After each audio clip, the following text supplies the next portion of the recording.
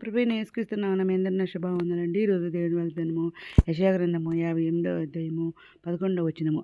యెహోవా నిన్ను నిత్యము నడిపించును, క్షామకాలమున ఆయన నిన్ను తృప్తిపరిచి నీ ఎముకలను బలపరచును.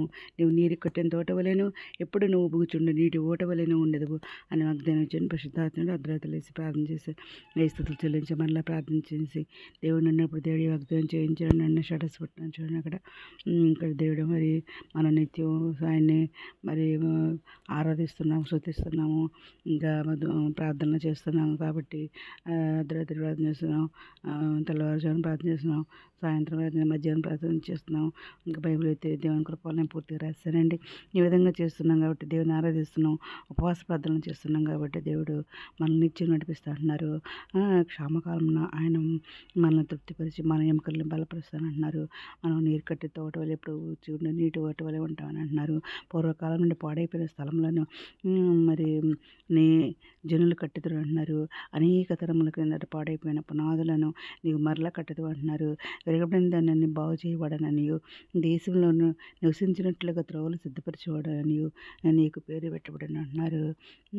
నీవు యెహోవాను ఆనందించదు అంటున్నారు. దేశం మీకు ఉన్న స్థలం మీద నేను నీకు ఇస్తానంటున్నారు. నీ తండ్రి నీ యాకోబు శాసనమును నీ అనుభవంలో ఉంచదని అన్నారు. యెహోవాకు ఇలా సెలవిస్తున్నారు అన్నమాట.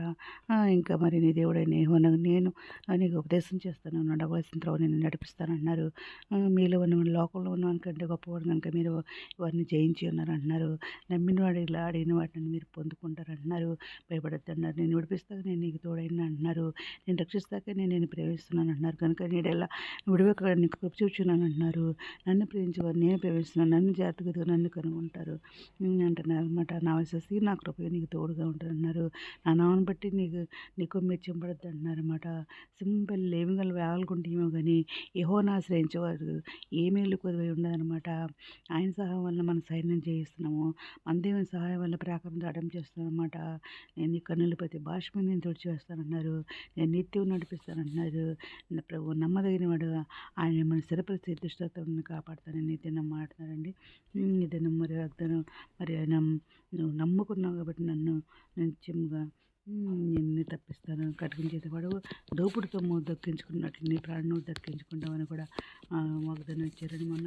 ఆ విధంగా మనల్ని దేవుడు నమ్ముకున్నాం కాబట్టి మనల్ని ఆపద నుండి తప్పించే దేవుడు. ఇంకా మనం ఎప్పుడు కూడా నిత్యం మనల్ని ఆయనే నడిపిస్తానంటున్నారు. క్షామకాలం కూడా ఆయనే మనల్ని ఎముకలను బలపరుస్తారు, మనం తృప్తిపరుస్తానంటున్నారు. భయపడద్దు అంటున్నారు. నేను పేరు పెట్టి పిలిచానన్న సత్తానన్నారండి. నేను 40 రోజున ఉపవాస ప్రార్థనలో మరి ఇంద్రేంద్ర నన్ను పేరు పెట్టి పిలిచారు. భయపడక నీ తోడైనని ఆకాశంలో పెద్ద పెద్ద అక్షరాలు రాసి చూపించిన తర్వాత మరి 100వ రోజున నిన్ను మోచించాను, భయపడతావు ఎందుకు, నేను పేరు పెట్టి పిలిచాను సత్తా అన్నారండి. ఉన్నారని ఎన్ని కూడా సర్వంధారం ఆడిన దేవుడు మన దేవుడు.